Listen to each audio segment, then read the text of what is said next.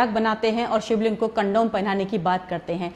अब इसको मजाक बनवाने का किसने वो किया? आप सोचते हो दूसरों को गालियां तो देते हो, लेकिन कभी आप सोचिए कि क्या सच में शिवलिंग की पूजा जायज है जो आप करते हो? आपको पता है कहां से शुरू हुई थी? आदि गुरु शंकराचार्य जब यहाँ पर आए थे तो वो सारे कर्म कांड के विरोधी थे, मूर्ति पूजा के विरोधी थे।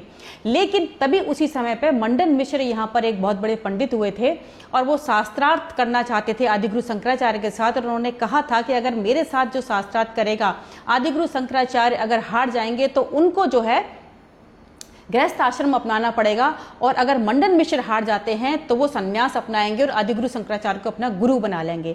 तो ये जो है महेशपति नगर है नर्मदा नदी के किनारे, वहां पर बड़ा लंबा शास्त्रार्थ हुआ था ये। और शास्त्रार्थ में मंडन मिश्र की जो पत्नी थी उभय भारती, वो इसकी जज बनी थी। और लंबे शास्त्रार्थ के बाद कुछ समय पर उनकी पत्नी के साथ भी शास्त्रार्थ हुआ और दोनों पति पत्नी शास्त्रार्थ में आदि गुरु शंकराचार्य से हार जाते हैं और दोनों पति पत्नी आदि गुरु शंकराचार्य को अपना गुरु बना लेते हैं और वो संन्यास धर्म को अपना लेते हैं।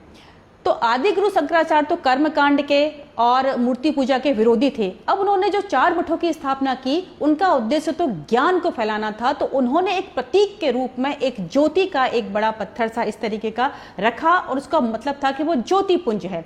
तो उनका मतलब था कि तमसो मां ज्योतिर्गमय, अंधकार से प्रकाश की ओर लेके जाओ, इसलिए वो प्रतीक बनाया था।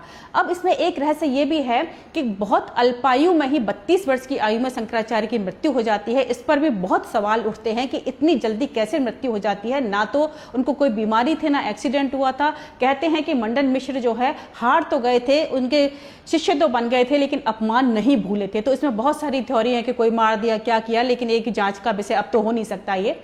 उसके बाद से फिर जो ज्योति पुंज था उसका रूप ही परिवर्तन करके रख दिया और उसको एक लिंग बना दिया। और शिव पुराण में कहानी गढ़ दी गई कि जो है महादेव जो है ऋषि पत्नियों के पास जाते हैं नंगे होकर। ऋषि पत्नियां महादेव को देखकर मूर्छित हो जाती हैं, कामुक हो जाती हैं, उनके प्रति आकर्षित हो जाती हैं। ऋषि आते हैं, उनको श्राप देते हैं, उनका लिंग काट देते हैं, जमीन पर गिरता है और उसमें फिर आग लग जाती है। और उस आग को बुझाने के लिए फिर माता पार्वती के पास जाते हैं और माता पार्वती को कहा जाता है, फिर उसको एक योनि के रूप में कहा जाता है। यानी वो जो मुद्रा है शिवलिंग की, माता पार्वती की योनि और शिव इनको मिलाकर बनाई गई है। और इस तरीके की बेसिर पैर की कहानियां बना दी गई। और उसके बाद फिर दूध चढ़ाओ, दही चढ़ाओ, ये चढ़ाओ, वो चढ़ाओ। आप बताइए कि लिंग पर चढ़ाने से इनका क्या कोई सेंस निकलता है? क्या सच में जायज है? ये आस्था है?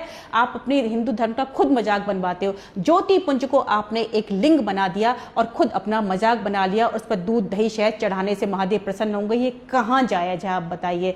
आप ज्ञान को नहीं अपना के इसलिए आप ढोंग पाखंड को अपनाते हो। शंकराचार्य जी तो खुद मूर्ति पूजा के विरोधी थे और उनके जाने के बाद आपने फिर वही मूर्ति पूजा शुरू कर दी और ढोंग। अगर आपको वीडियो अच्छी लगी हो तो लाइक और शेयर करें और साथ ही चैनल को सब्सक्राइब भी करें।